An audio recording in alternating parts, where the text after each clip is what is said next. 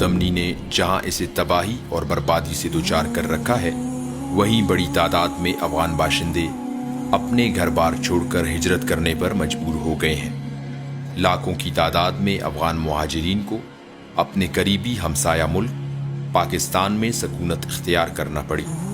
इस वक्त एक अंदाजे के मुताबिक तकरीबन 30 लाख अफगान मुहाजिरीन पाकिस्तान के मुख्तलिफ इलाकों में रिहाइश पजीर हैं।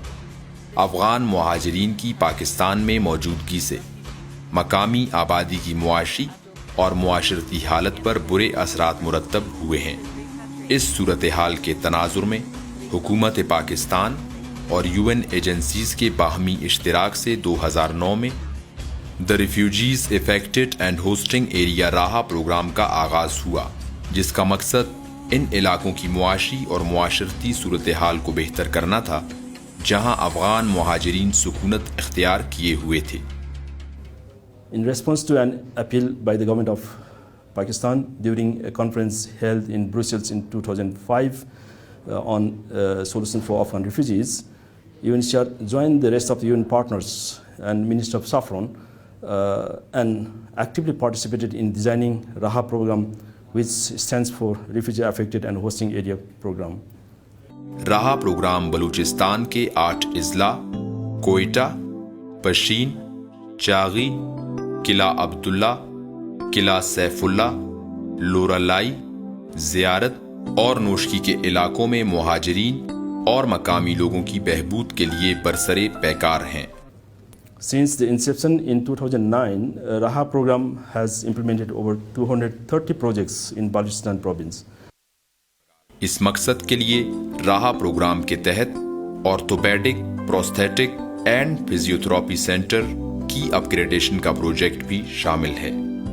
ये सेंटर हुकूमत बलूचिस्तान की तरफ से 1989 में अफरादे बाहम माजूर बच्चों और बूढ़ों की बहाली के लिए कायम किया गया था। इस सेंटर से मुहाजिरीन और मकामी आबादी इस्तिफादा करती है। यहाँ पुरानी टेक्नोलॉजी इस्तेमाल होती थी, जहाँ लोहे, लकड़ी और चमड़े के मसनूई आज़ा लगाए जाते थे। ये आज़ा वजन में ज्यादा होने की वजह से तकलीफ का बायस बनते थे। زموږ ټکنالوژي یقینا څه کمزورې وه. زموږ په دې ټکنالوژي کې مخکې موږ مطلب چمړه، اوسپنه او لرګی، شټیل په دې کې استعمالېدی، خو مریض ته به کوم شی چې موږ ور جوړ کړي هغه به د وزن له لحاظه ډېر وزني و، په تللو راتللو به د یو ډېر تکلیف محسوساوه. सोशो पाकिस्तान ने यूरोपियन यूनियन और United nation high commission on refugees UNHCR के ताउन से राहा प्रोग्राम के तहत orthopaedic, prosthetic and physiotherapy centre को जदीद सहूलियात से आरास्ता करने के लिए एक प्रोजेक्ट का आगाज किया। सोशियो पाकिस्तान जो है इस वक्त जो ऑर्थोपेडिक, प्रोस्थेटिक और फिजियोथेरेपी सेंटर में जो पुरानी टेक्नोलॉजी है उसको नई टेक्नोलॉजी में चेंज कर चुका है, और हम इस पे जो है बहुत ज़्यादा शुक्रगुजार है यूरोपियन यूनियन के कि उन्होंने इसके लिए माली ताउन हमें फराहम की।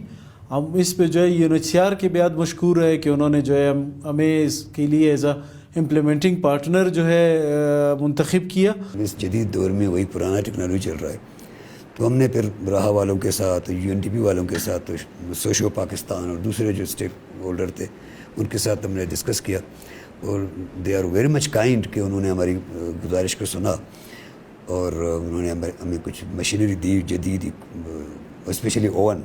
हमें बहुत ज़रूरत थी इसकी ओवन की, क्योंकि वो पुराना कोई ओवन था उसमें नहीं चला था, तो ये नया ओवन उन्होंने दिया है और कुछ और मशीनें उन्होंने दी हैं।